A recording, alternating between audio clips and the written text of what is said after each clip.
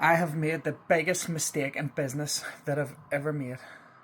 So a few months ago, an MRI test revealed that I needed to get an operation on my hip called a hip arthroscopy. So basically what that meant was that my bone was grinding on my hip, and I needed to have a part of that shaved off to make some room for my hip to move about in the socket. When I had the MRI done and it was revealed that I needed to have surgery, I'm thinking, brilliant, my pain's going to be away, I'll have more flexibility in my hip, great.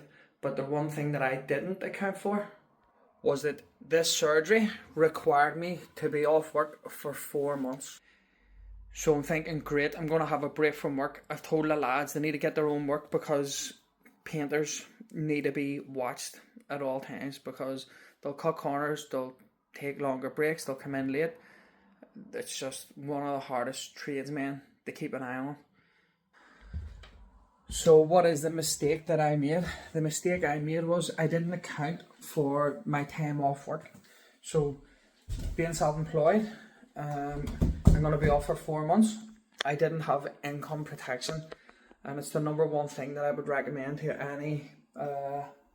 any self-employed tradesman especially, but anybody in general.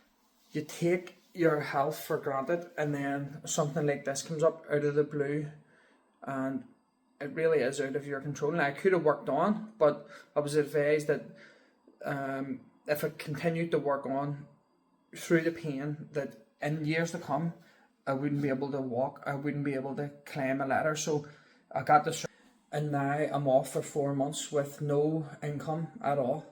Can't get no help from benefits. So I'm absolutely snookered. So that's why I'm spending a lot of time on TikTok, and hopefully this video can raise awareness for other tradesmen, not just painters, like any construction workers. I would strongly advise them to have income protection in place, because you do not know. You just take your life for granted, take your health for granted, and you think basically that you're invisible, but let me tell you, you're not. Look at me. So when I get back to work, I'm going to speak to Aaron and his team at Smart Mortgages. They look after all my mortgages, life insurance, stuff like that. So I'm going to speak to him. I'll tag him on this post. So if anyone's interested, speak to Aaron and his team and they'll get you sorted.